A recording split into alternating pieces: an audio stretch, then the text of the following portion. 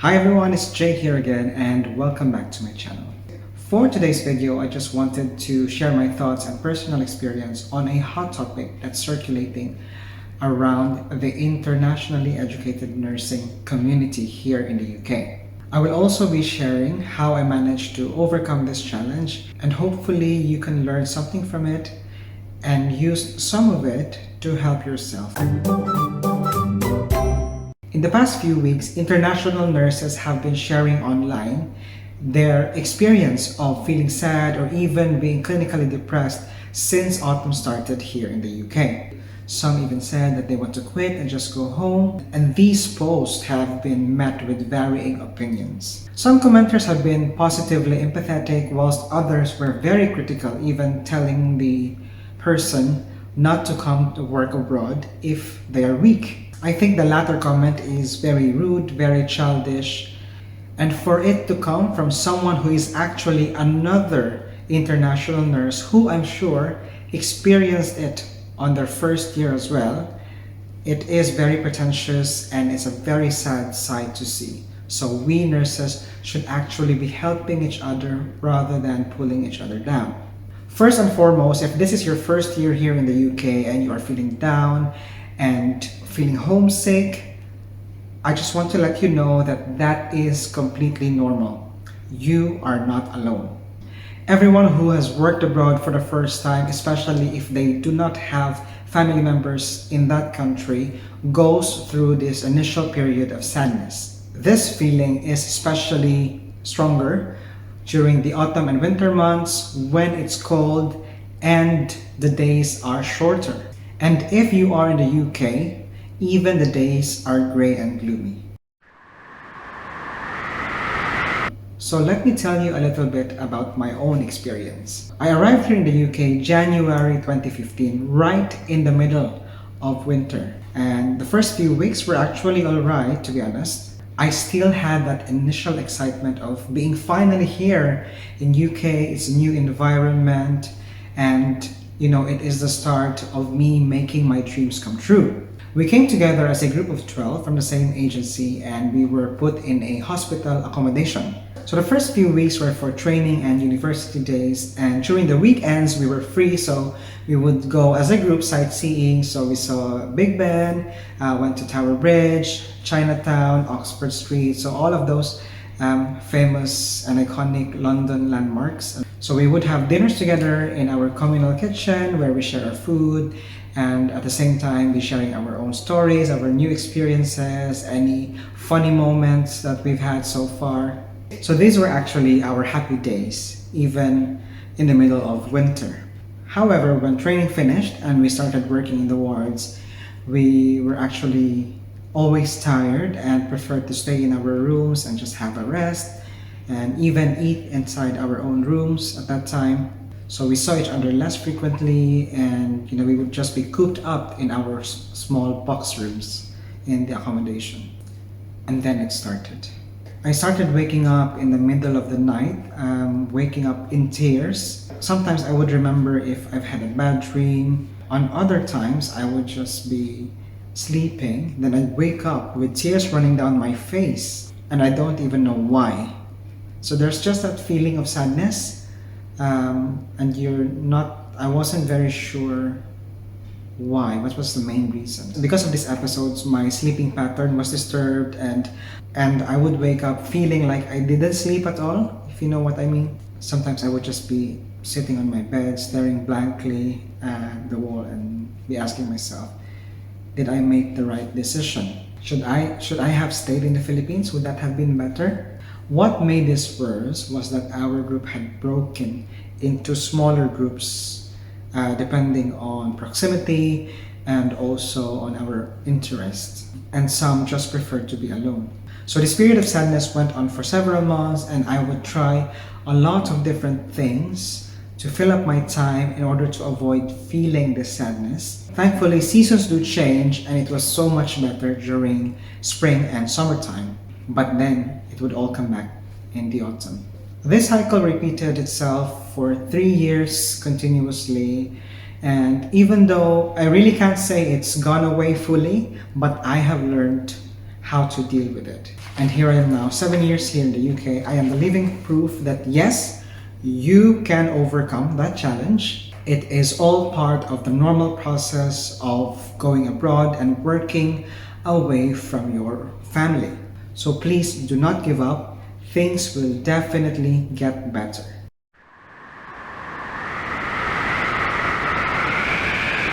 Now let me tell you what I did in order to overcome this initially quite severe period of sadness. So just a disclaimer, this is not a mental health advice, but this is me sharing my own experience and sharing the things that worked for me, that really helped me keep my sanity and avoid getting depressed.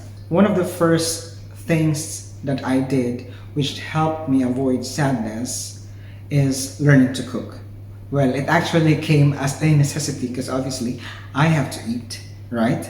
So back in the Philippines with my mom as my witness, I barely know how to cook. I only know how to fry some eggs, hot dog, cook pancit canton, just the frying stuff and boiling, that's it. When I flew to the UK in 2015, most of my suitcase was filled with canned goods, corned beef, century tuna, I even had pancit canton. So everything that was an easy cook, but also, you know, a familiar flavor of a taste of the Philippines that I brought with me. So that really helped. But then, when that was all finished, now came the challenge. I really had to cook. So all I did was look up recipes online. So kaway kaway dyan, shout out to Sir Vanjo from Panlasang Pinoy. That's actually my main source of recipe when I started cooking. So once I learned a few recipes, what I did was cook big batches of meals so that would last for 1 week, and then I would alternate the different dishes per week. So I learned how to cook spaghetti. That's one of the first few things that I managed to cook. And then thanks to ready-mix packets, I then went on to learn how to cook kare-kare, tinola, sinigang.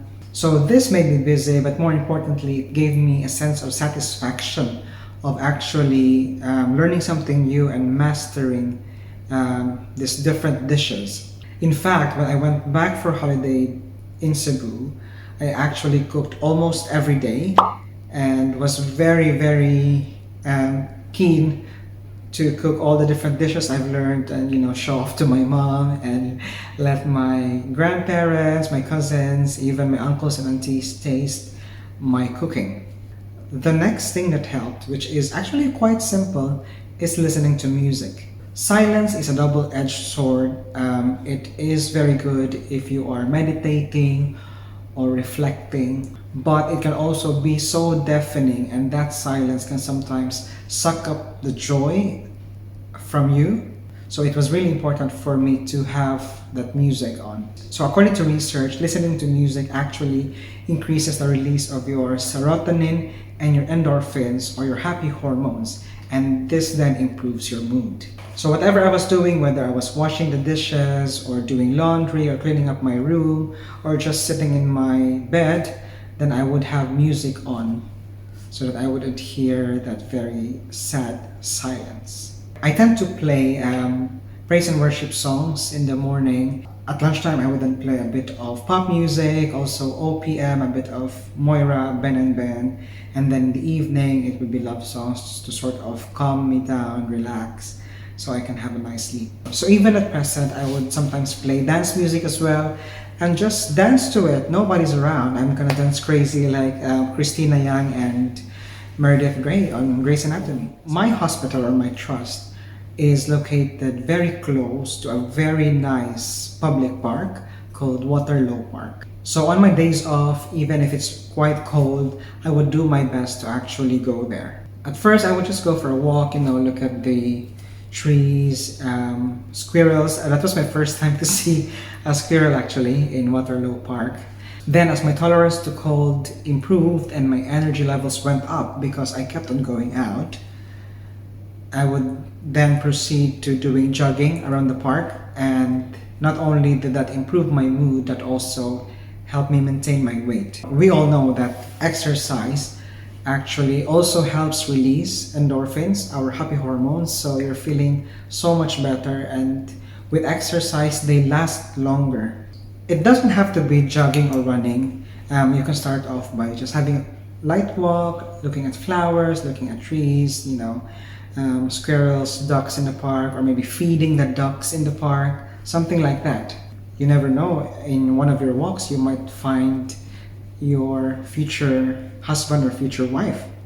At present, my exercise is actually, if you've seen my previous videos, is cycling at work. So I work 5 days a week now, and I cycle on my way to work and on my way home from the station. So yeah, that's my form of exercise now, and that really helps me maintain a good mood. If you have a sport that you're good at, there's also a lot of leisure centers that you can sign up to, where you can play badminton, volleyball, you can do football, or even swimming.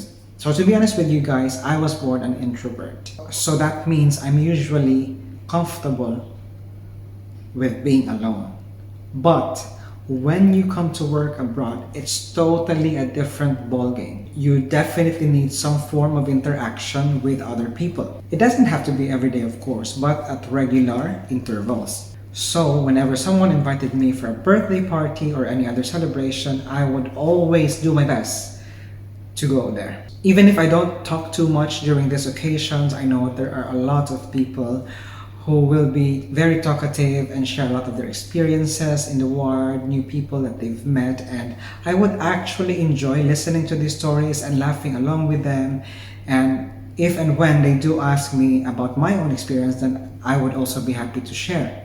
And if it is a Filipino party, then even just the food itself is a very worthy reason to go to that party.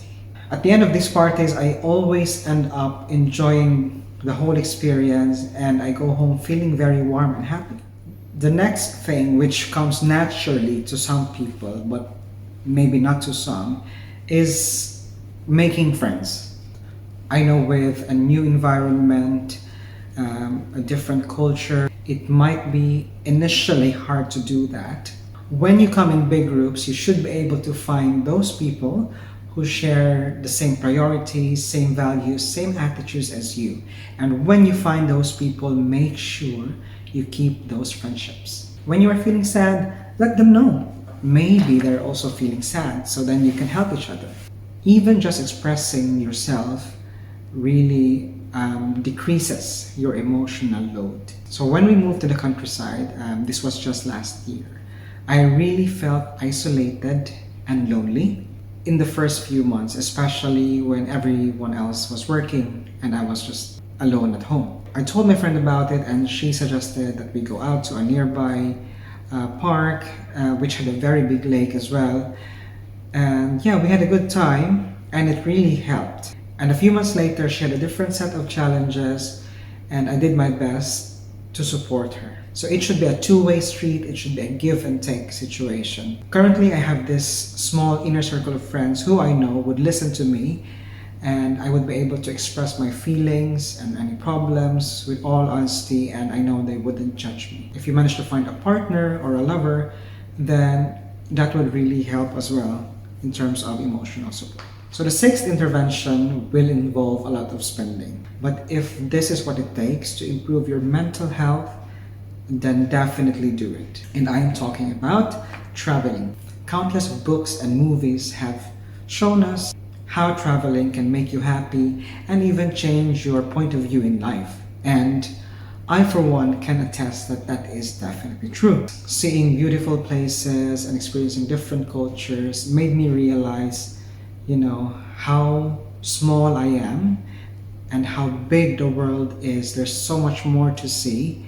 And there's so much more things to experience in life. Life is indeed a gift, and we have to make that gift count. Since I've been here in the UK, I've traveled to a few places, not that much, but a few. If I didn't come to UK, I don't think I would have the financial resources to do that. So I'm very thankful for the opportunity that was given to me, and at this point in time, I know that I made the right decision. For you guys, since you're already here in the UK, go and travel. It's so easy to go to European countries. You can take a train, you can take a cheap flight, it's very easy. And if you apply for a Schengen visa, then that can open doors to majority, if not all, of the European countries. So there's a lot of options as well. So fulfill your childhood dreams, go to Disneyland Paris, or if you are a romantic, go to Italy, go to Rome. If you are a religious person, that you can also go to Lourdes in France or Fatima in Portugal. Oh, Portugal is very nice, by the way. I've been there. So far, Portugal is the best one I've visited. The next intervention is finding a hobby.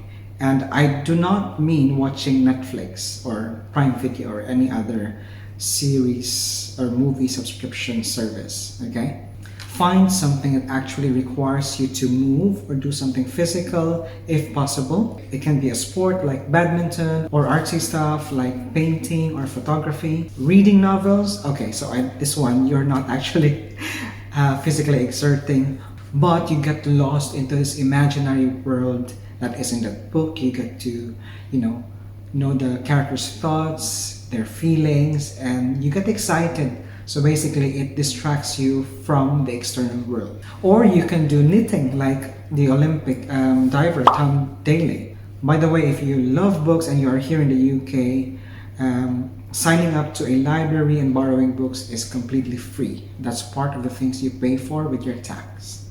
For me, it was a different story. I thought I would have loved reading a lot of fiction books, but actually I fell in love with plants. At the moment, I've got like more than 20 types of plants at home. I know, it's crazy, but it is really satisfying when you keep them alive and you see them grow and, bear flowers or bear new leaves with this very beautiful pattern. So yeah, that's the one for me so far. So yeah, find something that you are interested in and make that a hobby. If you're not sure which one it is, try a few and then see which one is the best for you. Yeah, there's no harm in trying a lot of things. The last, but I think is the most important thing, is constant communication, not just with your family, but also with God. So even if we have different timelines, I always find time to communicate with my mom back in the Philippines and also my grandmother. Sometimes my mom is also busy with her own work, so we don't get to do a video chat. But even just a normal message, on Messenger, that really helps. That's still a form of communication. It can be as simple as saying good morning or how are you? If you have kids, then you probably know this already. It is twice as important to keep that communication. Set a specific time, if not every day, then at least once a week, to video chat with your kids. By doing this, you keep your presence in their lives and also their presence in yours. And don't forget your communication with God. So regardless of what religion you believe in, it is very important to just keep that communication with God. Constant prayer really keeps you strong and steadfast in whatever challenge you may face in this new chapter of your life here in the UK. So that was my experience of sadness and possibly depression here in the UK. I hope you got something from it. As you start here in the UK, it will not be all positive experiences. I'm telling you now. But that is all part of the challenge. You came here for a reason. You came here to save money, to pay off your debts, to buy a house, to buy a car, to give a brighter future for your kids back in the Philippines, or to make your dreams come true of traveling the world. Focus on those dreams, hold on to it, and stay strong. You will definitely achieve those dreams. You have to claim it. You will achieve those dreams. Thank you so much, guys, for being with me in this video. I really hope I've helped you today, and I hope I will see you next time in my next video. Take care. Bye-bye.